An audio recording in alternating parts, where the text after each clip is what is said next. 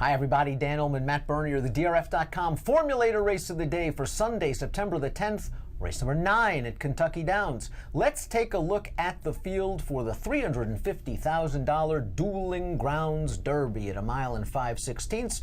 And remember, friends, to head on over to the Race of the Day event page on DRF.com, download your free Formulator past performances, and handicap along with us as we take the field in post-position order. The number 1 is Giant Payday. You and I have always liked Giant Payday a little bit, and it looks like he's put it all together with wins in his last 2 starts. Here's my problem. They were kind of slow wins. He hasn't gotten any faster. That's the problem. I think he's the kind of horse that you and I both thought early on, wow, visually this could be something, and he just, I don't know, for one reason or another, hasn't fully developed.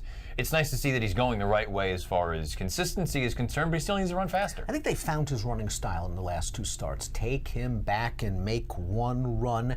It works, but only really if you get a pace and a little bit of racing luck, and I think the pace will be fair, not blazing, and that might work against Giant Payday, a sharp horse somewhat. The number 2 is Bronson, who recently sold for $275,000 to 3 Diamonds Farm and has been transferred over to Mike Maker, and we know Mike Maker makes hay at Kentucky Downs. Yeah, certainly. This is an interesting horse in here. Obviously, you look at the pedigree. The dam was tremendous going down the hill, and she's thrown a lot of really nice turf runners as well. The distance for me is a little bit of a concern. I don't know if he's going to truly appreciate 1 mile and 5/16, but at the same time, if anyone's going to get it, it's going to be Mike Maker. That's really the question for this race, isn't it? Not really from a class standpoint, from a distance standpoint. Many of these horses are stretching out past 10 furlongs for the first time. The 3 Big Bend is turning back. Yeah, and it's going to be interesting to see, too. I think this horse figures to be forwardly placed in a race where I agree with you. I don't think it's going to be blistering, but I think it'll be honest enough. The thing is, I don't know how many horses are going to be forward. I know this one's going to be forward. The only way that he can win is going right to the lead.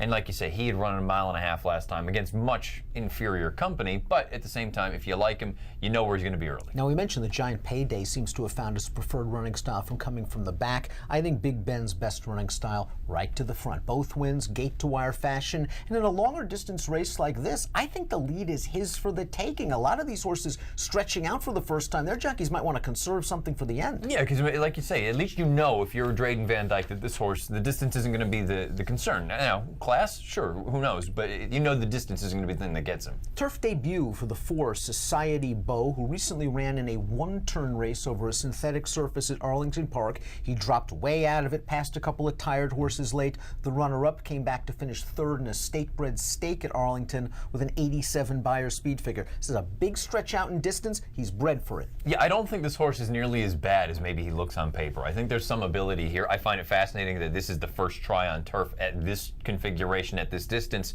I don't think the distance is going to be a problem for him. He seems like he's one that'll run all day. The question is he this good? But if you want to say synthetic, not what he wanted last time out, 2 starts back, nice win in the mud in a race that was washed off the turf. 3 back, only beaten 3 lengths by McCracken, one of the better dirt horses, 3-year-old dirt horses in the country. The 5 is Parlor. I think you can make the argument that Parlor at 3-1 on the morning line is the horse to beat. He's the kind of horse thus far that looks like a beast against weaker competition. When you step him up in class, not so much so. I thought his last race was okay, where he was kind of pinched back at the start, down towards the inside at the back of the pack most of the way, widest top of the stretch. That kind of trip's not going to beat Bricks and Mortar and Yoshida. No, and I guess that's the thing, though, with this horse, though. You need to make the decision. Do you think that this company is soft enough where he will shine, or is it one of those instances where he's getting the test, he's facing decent enough horses, and he's not going to cut the mustard? Because he has been the most aggravating horse for me, one of them anyway, for this entire year, because he looks awesome against inferior, and then when he finally gets the class test, he just so far hasn't passed it. This is a distance test for him as well, as he stretches out past 1 mile and a 16th. One good thing in his favor, as well as the gaudy class lines,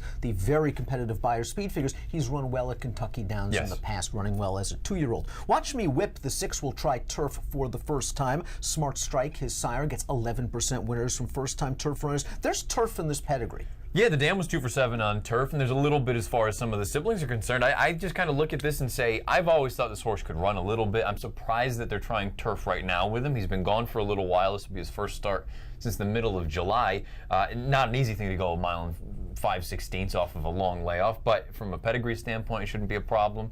And it's fascinating to see. I wonder, maybe this is what he's wanted all along. You get a feeling he's the wise guy horse Yes. in this race. 10-1 on the morning line, looking for the X factor, Yeah. looking for something new. A little bit of pedigree. Second Dam was a graded stakes winner on the turf. See what the Timeform U.S. Pace Projector has in store for the Dueling Grounds Derby. They do have Watch Me Whip with those dirt fractions up front with the 10 Hollow Point, who we'll get to in second. I'm not sure I see that. The 3, though, I think is the one that eventually will make the lead, and that is Big Bend. Yeah, I think the 3 is going to go. I have to be honest, I'm agreeing with you. I don't necessarily agree with the pace projector because I think the 11 is the one. I mean, the 11 is very, very cheap, and we'll get to him in a little bit, but like you have one way to go. The only way you can win this race is going. I think if you're a fan of the 3, your biggest concern is the 11, not the 6 or the 10. Holiday Bonus, the number 8, goes out for a top trainer in Graham Motion, and he's coming off a career best Buyer speed figure. Here's my problem. That race was run in walking fashion. Yep. They ran 1-2 around the track. Holiday Bonus needed to win that race for me in order for me to take him a little bit more seriously in this spot. Yeah, he's just not my kind of horse. He's ripped off 9 consecutive losses. He won his career debut and he's gone on a prolonged losing streak. It's just very difficult for me to buy into him. Gorgeous Kitten was also entered in the Super Derby. It appears he's going to run in this race, and understandably so, because he's already competed very well at 1 1/4 miles and 1 1/8 miles. I look at him and I see buyers 82, 82, 82, 83. When is he going to improve? And that's the question. I mean, you can make the same argument about Giant Payday down on the inside, where when are you going to get that next move forward, if it's ever going to come, because you're going to need to take a step forward if you're going to win. But he is getting needed class relief in against the best 3-year-old turf horse in the country last time out, Oscar Performance, in a very fast edition of the Grade 1 Secretariat. Muggs Amatic was 3rd last time out in an allowance race at Monmouth. He's a solid horse. He's won 1/3 of his lifetime appearances. I'm just not sure he's up to this class level. I also have questions about the distance. I know the pedigree wouldn't suggest it being a problem, but you look and see as these distances have gotten longer, that final call, he's losing ground consistently. I don't know that more ground helps. Hollow Point, the number 10, made a very promising turf debut for trainer Mark Cassie at Saratoga. Jose Ortiz really didn't have much of a choice breaking from the far outside post. He was forced 3 wide going into the first turn, 3-4 path on the backstretch. And then I think Jose did something very, very smart on the far turn. Instead of committing to an early 4-5 sweeping move on the turn, he stayed in. He allowed Hollow Point to save some ground. He split, and this horse came with a good run. I think it was a solid performance, and he got a fig. To me, he feels like the horse that's going to be overbet in I'm here. with you. Not because he doesn't merit consideration, but because he just, there's too much here to like. It's too obvious. That first time on the turf, bang, he pops up, and he didn't have the easiest of goes. I don't know. I think he's a contender, but I think he's an underlay. Now the 11, Capture the Glory, blasted out to a quick lead last time out, and now winners of 2 Life. He paid the price late. The winner of that race, Dawn Raider, came back to place in the Centaur Stakes earlier this week at Indiana Grand with an 80 Buyer speed figure. He was 100-1. But he can have a say in the outcome simply because he's got speed. Yeah, and that's the thing, and that's why I disagree with the pace projector. I think he is the fly in the ointment for anyone else that's forward. Pick time for the $350,000 Dueling Grounds Derby. Big Bend. We know he can go 12. 10.5 should be nothing for him. Yeah, distance shouldn't be the problem. The concern is his 2 wins both outright on the lead, and if he takes any sort of heat from the 11 early on, I'm concerned. The fascinating thing is, too, Union Rags has been a disaster as far as turf is concerned. This is one of the few horses that can actually run that he's by, but he's got a ton of turf on the bottom. He's 12-1 on the morning line. He's certainly worth the play. Yeah. Would you really be that concerned, though, if the 11, Capture the Glory, blasts the lead and Big Ben sitting second? I mean, wouldn't Drayden Van Dyke basically treat the 11 as a rank outsider? I'm not going to worry about him. At some point, I'm going to be in front when the real racing begins. Yeah, I agree with you there. I mean, just strictly from trying to draw up the race, I think that makes sense. There is just a part of me that is always terrified with the horse until you prove to me that you can actually pass someone. I wonder if sometimes they just kind of idle and say, all right, this is what I'm going to do. We're herd animals. We're going to keep going this way.